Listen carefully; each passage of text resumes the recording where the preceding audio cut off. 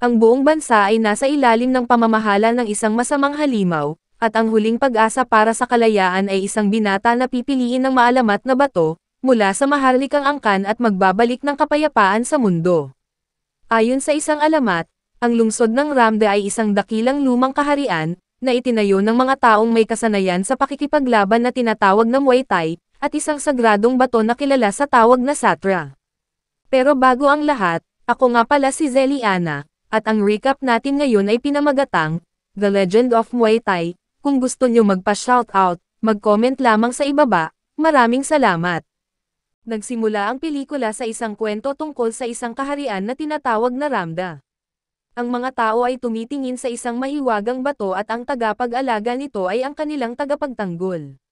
Ngunit biglang isang malakas na demonyo na pinangalanang Dayaksa ang sumalakay sa kaharian at nakipagdigma sa mga taong mandirigma. Natalo silang lahat ng demonyo at inalis sa kanila ang mahiwagang bato. Sa kasalukuyang panahon, hinuli ang isang manghuhula at dinala sa mga demonyo at halimaw, upang maihayag niya ang hinaharap sa kanila. Ang manghuhula ay nagsabi sa kanila na ang isang batang lalaki ay malapit ng ipanganak sa kanilang kaharian, at matatalo silang lahat sa pamamagitan ng paggamit ng mahiwagang bato, na magpapalaya sa lahat ng mga tao. Hindi na nakayanan ni Dayaksa ang mga sinasabi nito kaya binasag niya ang ulo ng matanda para mamatay. Pagkalipas ng ilang araw, isang lalaking pinangalanang Pon ang nakitang tumatakbo sa damuhan na may ilang halimaw na humahabol sa kanya. Napag-alaman na mayroon siyang maliit na anak, at mayroon din siyang makapangyarihang mahiwagang bato na ninakaw niya kay Dayaksa. Dumating din ang mga kaibigan ni Pon upang tulungan siya mula sa mga halimaw, ngunit ang iba pang mga halimaw ay sumulpat sa likuran at pinatay silang lahat. Isang espesyal na mandirigma ni Dayaksa na pinangalanang Jaeger, ang inatake siya ngunit ipinagtanggol ni Pon ang kanyang sarili, at ang iba pa upang protektahan ang bato kahit anong mangyari. Habang naglalaban ay narating nila ang tulay, at nang maputol ang mga lubid ng tulay, naging sanhi ito ng pagkahulog ni Pon at ng kanyang anak sa ilog, at ang halimaw ay hindi na sila nakita. Nakita ng isang matandang lalaki si Pon na walang malay, at ang kanyang sanggol sa kanyang bisig, at nagpas siyang iligtas sila. Pagkalipas ng maraming taon, ang batang lalaki ay lumaki na, at binigyan ng pangalang tinatawag na, at nakatira sila sa isang maliit na nakatagong isla na tinatawag na, Nok, kung saan hindi sila mahahanap ng mga halimaw. Nagbebenta siya ng mga halamang gamot para mabuhay. Kaya magagamit niya ang pera para matulungan ang kanyang amang si Pon, na ngayon ay matanda na at baldado. Gusto ni Pon na magsanay siya ng tuloy-tuloy kasama ang matanda, para maging maalamat na Muay Thai master. Pero hindi niya ito sineseryoso, dahil wala siyang nakikitang layunin para gawin iyon. Nang maglaon ng gabing iyon, nagkaroon siya ng bangungot ng mga halimaw, na dumating sa kanilang nayon at pinatay ang lahat. Alam ni Pon ang bangungot ng kanyang anak sa pang-araw-araw, at nagpa siya na sabihin sa kanya ang layunin ng kanyang pang-araw-araw na pagsasanay. Ipinakita niya ang mahiwagang bato, at sinabi sa kanya ang kwento at kung paano natalo ng mga halimaw ang mga tao at sinubukang lupigin ang mundo. Ngunit sa kabutihang palad ang batong Satra ay naging hadlang para gawin iyon ng mga halimaw. At dahil pagod na silang sirain ito, nakuha ni Pon ang bato sa oras at tumakas. Sinabi niya na siya ay matanda na at mahina, kaya sa lalong madaling panahon, magiging responsibilidad niya na palayain ang mga tao mula sa mga halimaw, gamit ang Satra, na isang mahiwagang bato. Pero sa ngayon, kailangan niya talagang magsanay ng husto para maging karapat-dapat sa responsibilidad na iyon. Sa sumunod na araw, gusto niyang maaga magsanay, kesa sa iba, na talagang nagpahanga sa kanyang master at sa kanyang ama. Siya ay tumatanggap ng mga espesyal na pagsasanay mula sa kanyang master tuwing umaga, at pagkatapos ng mahabang pagsasanay at mga aralin mula sa kanyang master, siya naman ay magtratrabaho sa kanilang tahanan para mag-igib at kumuha ng pagkain, para maging full Muay Thai disciple. Isang tato ang iginuhit sa kanyang likod at pagkatapos ng ilang taong malupit na pagsasanay. Sa wakas ay nagawa na niyang makabisado ang mga kasanayan sa Muay Thai, na talagang ipinagmamalaki siya ng kanyang master. Nang gabing iyon, binisita siya ng isang kaibigan ni Pon para pag-usapan ang tungkol sa misyon sa pagtalo sa halimaw. Ngunit sa kasamaang palad, si Pon ay matanda na at baldado, at hindi na makakasali pa sa laban. Iminumungkahi ng lalaki na hayaan silang isama si Ot sa misyon, sa pakikipaglaban sa mga halimaw, ngunit tumanggi siya, dahil sa paniniwalang hindi pa rin handa si Ott para sa misyon. Humingi ang lalaki ng mahiwagang satre na bato upang siya ay labis na lumakas, ngunit tinanggihan ni Pon ang kanyang kahilingan. Ang taong nakarinig ng lahat ng kanilang sinabi ay napuno ng galit. Kahit sa kabila ng lahat ng mga taon na kanyang pagsasanay, hindi pa rin siya pinapayagan ng kanyang ama na sumama sa misyon. Nakita ni Ott kalaunan ang kaibigan ng kanyang ama na nagpaputok ng flare, na naging hudyat sa mga halimaw sa kanilang nayon. Nagtatrabaho pala ang lalaki para sa mga halimaw, nagkaroon ng labanan sa pagitan nila, si Ott ay nagmadaling bumalik sa bahay upang iligtas ang kanyang ama, na malapit ng patayin ng isang halimaw. Dumating si Ott sa tamang oras, at ginamit niya ang mga kasanayan sa Muay Thai para suntukin ang halimaw sa mahihinang part nito para talunin ito. Pinalibutan silang tatlo ng mga halimaw, galit na galit si Pon sa pagtataksil ng kanyang kaibigan at sa pagpanig sa mga halimaw. May labanan sa pagitan nila at nanalo sila at kasama ang master, nang papatayin na ni Pon ang kaibigang nagtaksil sa kanya, pinigilan siya ng isang makapangyarihang halimaw na pinangalan ng Jaeger, siya ang kanang kamay ng pinuno ng mga halimaw na si Daeaksa. Habang ang Muay Thai master ay nakikipaglaban kay Jaeger, ibinigay ni Pon sa kanyang anak ang mahiwagang bato ng satra, at sinabihan siyang tumakas. Bagamat siya ay nag-aalangan, sinabi sa kanya ng kanyang ama na siya ang tanging pag-asa sa pagpapanumbalik ng kapayapaan sa lupain, kaya dapat siyang makatakas. Hinabol siya ng halimaw, ngunit nawalan sila ng bakas sa kanya dahil kaagad siyang tumalon sa ilog. Ang kanyang ama at ang kanyang master ay pinatay, at ang mga taga-nayon ay sinunog, at ang mga tao ay ginawang bihag. Nagalit si Ott matapos makita ang kanyang nayon na nasusunog, at binato ang bato sa galit. Ngunit pagkatapos niyang maalala ang huling mga salita ng kanyang ama sa kanya, na nakasalalay sa kanya ang mundo, pinulot niya ang bato, inahit ang kanyang buhok, at nanumpa ng paghihiganti sa mga halimaw para sa paglipol sa kanyang nayon. Ipinakita ang isang daungang lungsod, kung saan siya ay nagtanong sa mga taga-nayon kung saan niya makikita ang lupain ng Krem de Buckhorn. Ngunit ang sinumang nakaririnig ng salita mula sa kanya ay natatakot, na sinasabi sa kanya na huwag na itong banggitin muli. May napansin si Ott na sumusunod sa kanya, at nang suriin niya ang kanyang bag, nakita niyang ang Magic Stone Satra ay napalitan na ng isda. Nakita niya ang unggoy na nagnakaw ng bato at hinabol niya ito.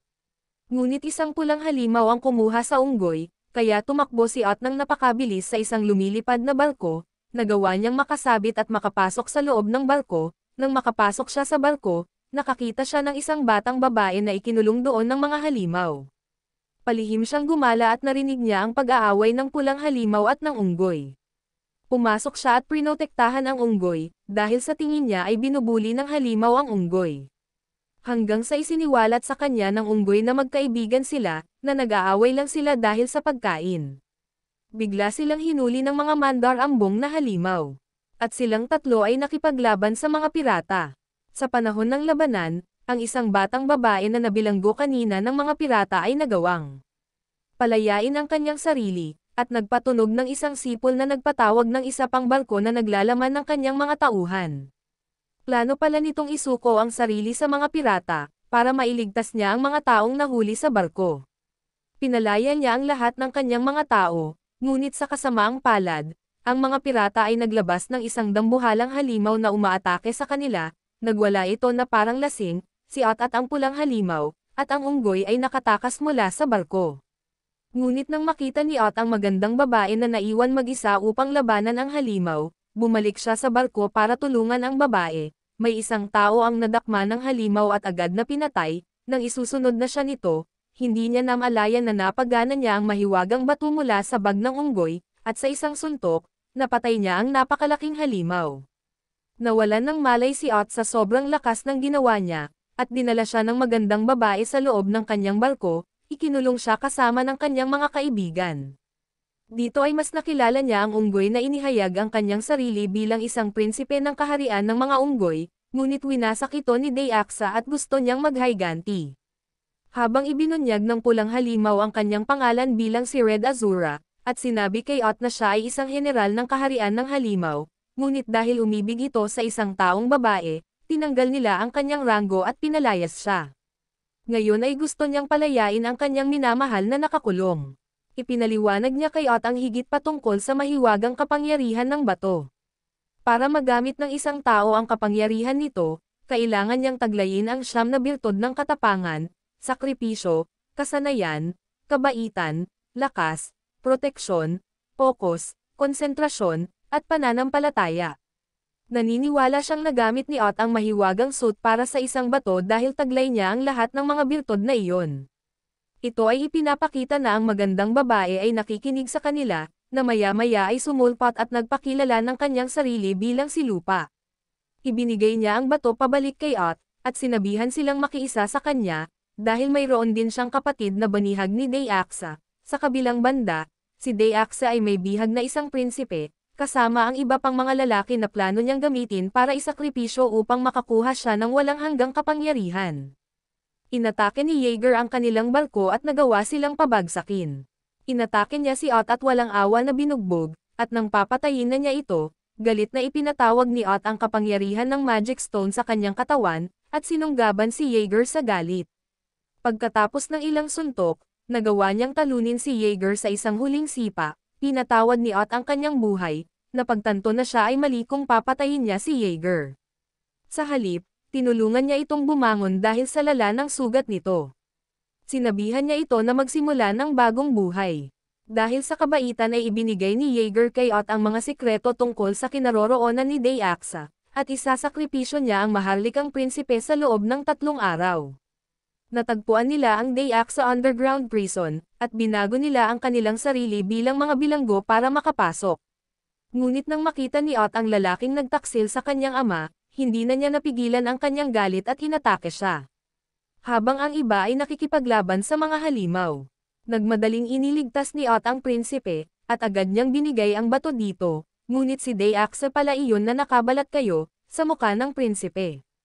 Napagtanto nila na lahat sila ay napunta sa isang bitag, nang ang lahat ng mga bilanggo doon ay nagsimulang magbagong anyo pabalik sa mga halimaw.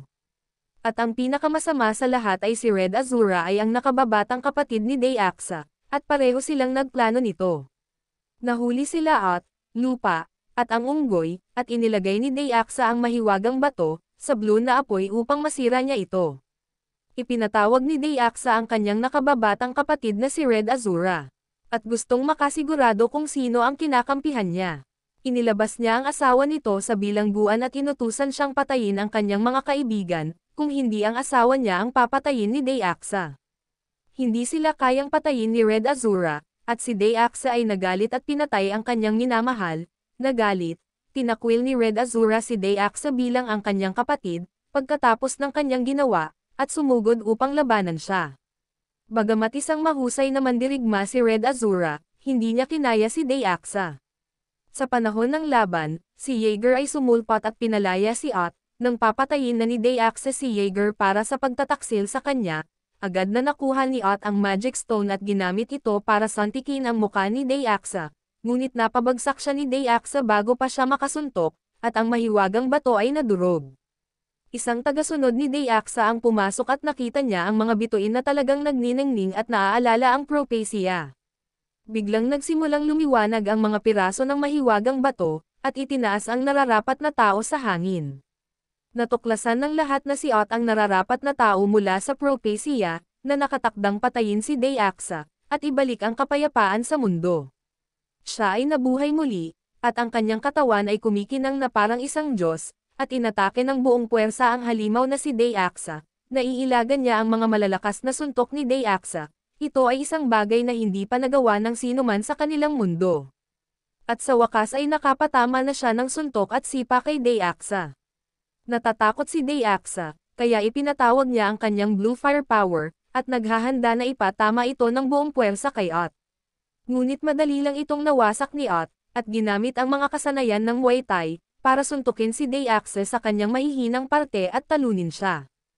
Hindi matanggap ni Dayaksa ang pagkatalo, binago niya ang kanyang sarili bilang isang dambuhalang halimaw at habang naglalaban sila, inalala niya ang lahat ng kanyang pagsasanay mula noong siya ay bata pa, at ginagamit ang lahat ng kapangyarihan mula sa Batong Sutra para tapusin si Dayaksa.